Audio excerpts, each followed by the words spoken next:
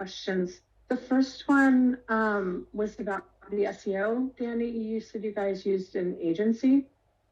Did they just kind of like do an analysis and groundwork and then hand it off and leave, or did they stick around and help you guys do your taxonomy and all of that? It's a good question. If it was up to them, we would have them on the retainer for the rest of our lives, I believe. I'll say that a lot of SEO agencies would like to work on a retainer because SEO changes, like the impact of it changes so slowly in a way. Like you can't just change it today and expect to change tomorrow, right? So I think there's a benefit in keeping them around for a longer time. We've mostly kept them for the initial analysis and the training, the education, the workshops as such. But definitely utilized them when it came to the taxonomy as well. And just all the knowledge that we got from the workshops as well was like super useful for the rest. I think it would also make sense to have a regular check-in afterwards to see how it all actually performs in reality.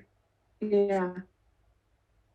And I'm going to put a paste of the, this is the digital creative agencies and vendors list.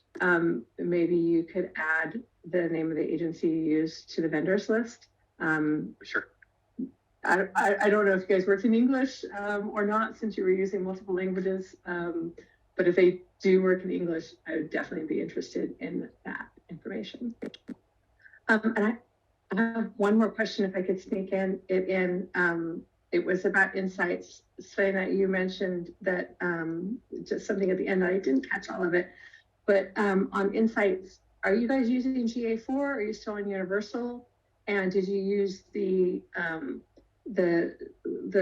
global tracking standards, or did you use customized standards? Well, we are preparing for the GA4, but we haven't, moved completely. However, we do have some custom dimensions, I believe. So the base is the international GA, but Marie has done other things that we have set to ourselves as KPIs, and we had an idea for that. This is what we want to track. This is related to the goals that we have, and some things are not entirely 100% only the standards from Greenpeace International. If I could suggest something before giving the word to Danny, have something handy like Ahrefs, for example.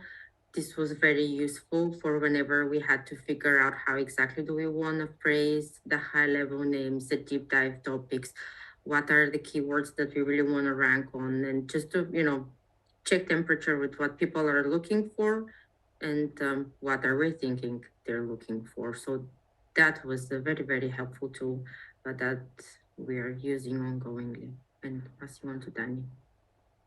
Just one quickly follow up. Do you think that there are any of the KPIs that you use that weren't part of the global standards that should be incorporated into global standards? I can Danny. jump. Yeah, I can jump in here because the thing I wanted to say is that this is still a bit of a thing we're tweaking. But the Planet 4 team, GPI, Magali, like we're having these conversations actively, and we're still trying to see what we can contribute to everyone else's future projects as well. But I think for the most part, it covered quite a lot of ground. But there might be some specific to the information architecture metrics that we want to add. Okay, thanks. Lydie, you have a hand? Yeah, thank you.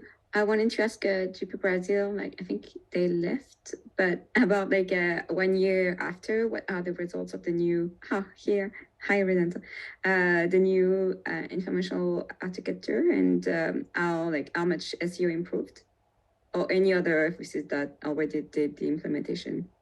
Thank you. Hi all.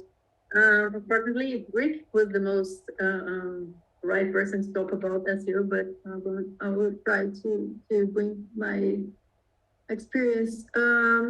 We had an intense job planning SEO to this this point, and we had a great improvement. But I think it was most because how can I say, we actually put effort on doing SEO than we used to do before, you know.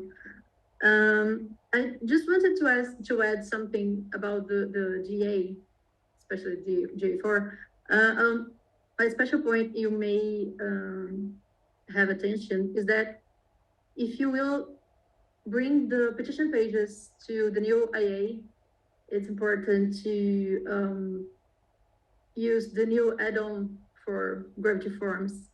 I think Magali, Molly, and Susie are a little tired to hear about it from me. But the new add-on from Gravity Forms is really helpful to track the petition signups. The basic setup for GA4, it's not working with petition signups. It's something about the Gravity Forms setup. I'm not sure what is this, but I believe that the new add-on will work fine. So I wanted to raise this point for you. Thank you, Renata. Any other questions? Or if you need some clarification on some steps from the presentation, please don't hesitate.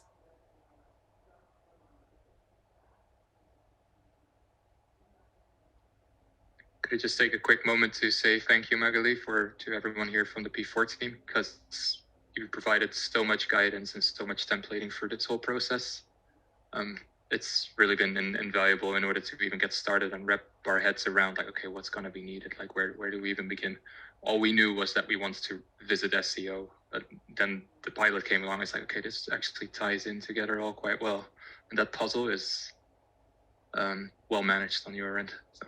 And thank you for accommodating all the conversations. So I was like, when we come across something that we're missing, like little tracking things, for example, it's like, oh, it could be nice if we could track this, or could change the canonical URLs, or whatever we come up with. Then that's a very easy conversation with you, and seems that a lot of those conversations have as an outcome something that everyone can use. So, good enough. Thanks so much, Danny. Any other main key takeaway from you guys from Nordics that you would like to share with the rest of the community? My personal key takeaway is streamlined communication. So whenever you decide that you're gonna set your mind into doing that, make sure that you have one place, like we had our Slack channel with our working group, where we had all of the bookmarks, we had everyone who has been part of the team and needs to be consulted or be part of making decisions or be part of the writing team and such. Just have this one place where you are very meticulous about how do you use all of the resources that you have, because you're gonna end up with a lot of Google Sheets, Google Drive documents linked to somewhere, all of the, it's a big stack of things that you're gonna end up working on. So make sure that you have the communication in place, because otherwise I think it could be a bit chaotic and overwhelming. Yeah, and I'm just gonna pass it on to Aude if she feels like she wants to share in her perspective how that went. Yeah, no, I think that's super key. Like Svilena created this Slack group, and like you said, all the different links were in the Slack group. That was super helpful. So whenever anyone had to go to one deep dive and work on that, you could just go to the Slack group and you would find everything you would need. And none in our team knew about this before. So I think that's, that helped so much. So, and also just having one place, because after a while it was many different Slack groups, and in the end we created this one new one, which all the people that was involved were a part of, and that was also very good because it's so quickly that someone is talking about some changes and then other people are not getting the changes, and then they're starting writing something, then they haven't really understood that they need to do some changes. So yeah, keeping everyone at the same place, I think it's is key, definitely. So yeah, I'm so pleased with the work we have done, and we have gotten so much great feedback on our new page in Norway. So yeah, it's just amazing and nice. Thank you, everyone. Could I add one more thing to this? Because one thing I realized that I think might be very good for the people here considering starting. This may be a decision that lays with like one person to start doing this, but the buy-in of everyone that needs to be involved well in advance to make sure you get that support from the people to rewrite content, have the discussions around what our tags are, what are tags called, or like which tags do we have, which taxonomy are we building. It's crucial that during the time when you start this, you have that support, you have those people. So yeah, definitely talk to the right people beforehand to make sure that they can put their teams in the same room with you and get things going. And that differs, of course, very much from country to country. So I don't have any specific tips. We're having 4 different situations ourselves. Yeah, but just building on that, because in Norway I was able to have 4 people that I could use their time quite a lot, and we agreed on this week this is all we're going to work with.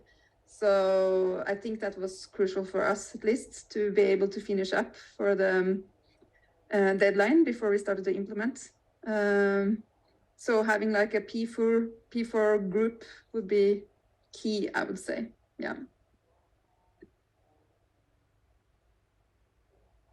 Just a question maybe for the Nordics, like from start to finish for you guys, like what was the real, because we will have to, all that writing, all that kind of that side of things, we need to start from that really early stage. So yeah, I'm interested to hear from you guys. Yeah. Oof, it's a rough one because we've been doing 4 countries at once as well, which has been a bit tricky. But yeah, maybe you can speak to the writing of it, and then I can add on with the sort of the scope of the work around it, so the preparatory work as well as the implementation. Yes, I don't know in detail what you did, everything, Danny and Svilena, before we started writing. But yes, Svilena answered here that if your writing is done, 2 weeks are enough to deploy. That's right. But the writing, that takes actually quite a lot of time. And as a small office in Finland, so we didn't have the luxury that we could take 4 persons to do just that for any single day. So we had, I guess, 2, 3, or 4 shorter workshops where we wrote, but that was the reality. That took basically more time because we didn't have the possibility to do it at once or also. That took several weeks, I guess a month, if I remember right. Yeah. So the writing, I think we managed so far with the 2 countries that we've been sort of have done the Get Informed branch of the infrastructure with. We've managed to keep everyone quite engaged. So we had leads on a national level that really got people together in a room and then continue writing, and then you right away have that easy conversations in between. Okay, does that logically sit here? What do we call this? Where do we put that? These kind of little questions that come up. So I think I will just say that that's probably an optimistic timeline if you don't have the buy-in of everyone necessary. So like talk to all the managers that have of the teams that you're going to be needing in this process beforehand to really get those resources kind of designated to the project, because otherwise that is the thing that will stretch. I mean, we're sometimes a bit of a hectic organization, right? So I think that's pretty much across NROs, I hope.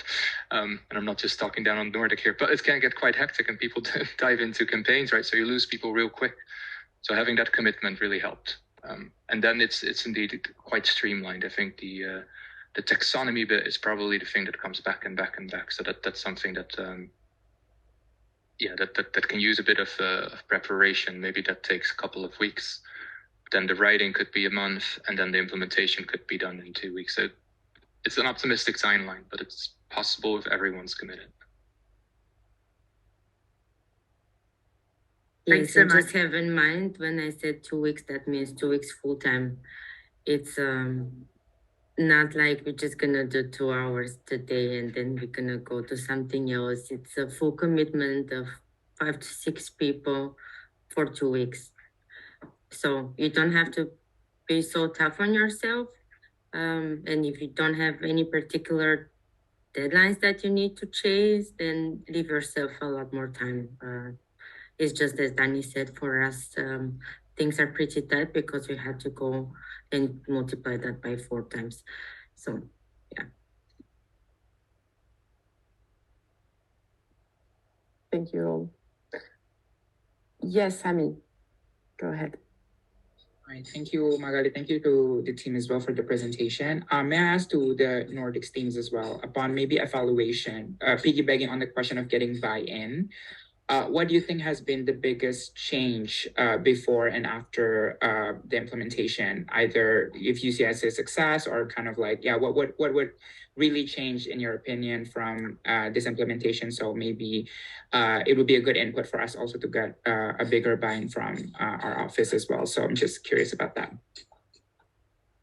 Good question. Yeah, I think actually my answer is not going to be almost technical at all. But the technical answer would be like the organic traffic. We already see like that we're ranking on more keywords on average. So that just the amount of almost, you would want to say effortless, but it's far from effortless in reality, right? But like organic traffic where you don't have to advertise and everything, that's already slowly increasing. You can already see numbers. So that's rather direct, and over time that will just get better and better. So our general visibility, but also the way our brand is seen, just, and now I'm leaning already towards the non-technical benefit, that understanding of that we need to speak in a way of how other people are looking for information, that we really need to think about our image and all that. That understanding is by far the biggest win that I've seen so far in the Nordics, because everyone is starting to become aware, like, oh wait, the way we write, really, we should have a different hat on than how we communicate internally, or how we write press releases, perhaps, that are explicitly kind of focused on journalists. And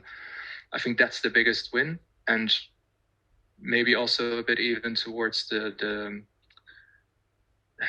aspect of ownership there as well. These were conversations that were kind of hard to make tangible for people, and now it's kind of clear. It's like, okay, well, there's all these opportunities, but who's going to run that then? So conversations around new roles and all that stuff can also naturally get more substance with this.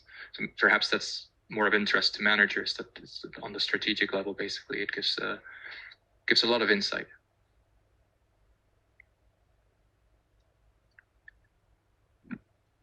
And plus one to that, Danny pretty much said it all. I think from the perspective of someone who actually works a lot with the people and navigates different teams, and I think for me personally, that was the biggest takeaway, and what it was great to see. It's seeing people who know how to find things, how to do things, who are independent and really feel control of what they're doing.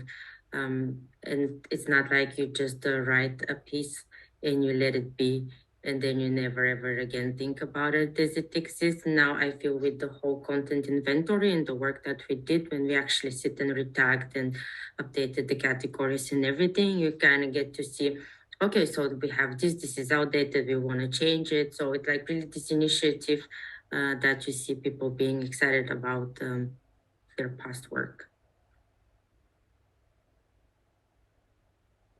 I could very fast add about the ownership. That this was a good opportunity to define the ownership in the future. So P4 has been, it has been fallen somewhere between the departments, but now it's made clear who is responsible, which department, and now even which people are responsible of different parts. So that was also a good win on this project. in there what was needed. But I think overall it was great experience. People felt, and correct me if I'm wrong, you have a lot more control and understanding over how things work together. Why is it that we're doing it? How is it that we're doing it? And they were helping each other, explaining each other how to do things. From my perspective, that was a great outcome in the end. And of course, not to forget the communication part, and make sure you have this one Slack channel to rule them all with all of the bookmarks of everything that you're going to be using, because you can end up having a lot of sheets, a lot of documents, links and references, and it could potentially be quite a confusing space. So have that in mind. Keep your Slack channel tidy, and don't be scared. I think at the end, the result was pretty good. Everyone were just so happy about it. And surprisingly for us, we actually saw some pretty straightforward results in terms of SEO after the second week, which was quite surprising for us. So keep an eye on the Google Search Console and things that could be helpful, or make leverage of free tools or paid tools like Ahrefs and Keyword Generator, because this was something that we ended up using a lot, especially when you're creating headlines and you just want to make sure that you include especially the words that have a good volume. For example, this led to us renaming one of our deep dives, or was it, no, high level, from climate to climate changes, because the difference was around 25,000 searches per month. So such things can really make a difference and help boost the rest of the content. From my perspective, that was it. Maybe Yuka, if you want to say something about how you felt for this process, because you were a key person into it.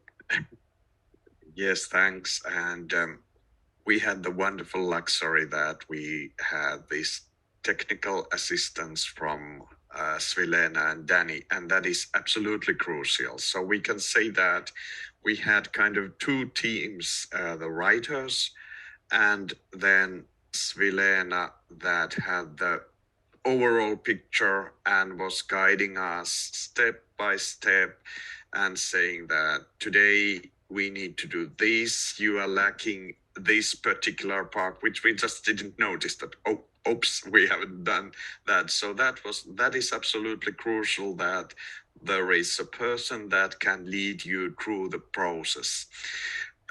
In the writing team, so we had basically, in addition to myself, so there were two persons from comms, two persons from fundraising, and that is a good solution, I would think. Take fundraising with you. They are good writers. They have a clear understanding how to write. They have a perhaps even better understanding of SEO than the comms people. So, and Ahrefs we used a lot during the writing. So I guess this was the key learning. Somebody who has the overall picture that leads you through it. In the writing team, comms and fundraising make a good mix. I guess that's it.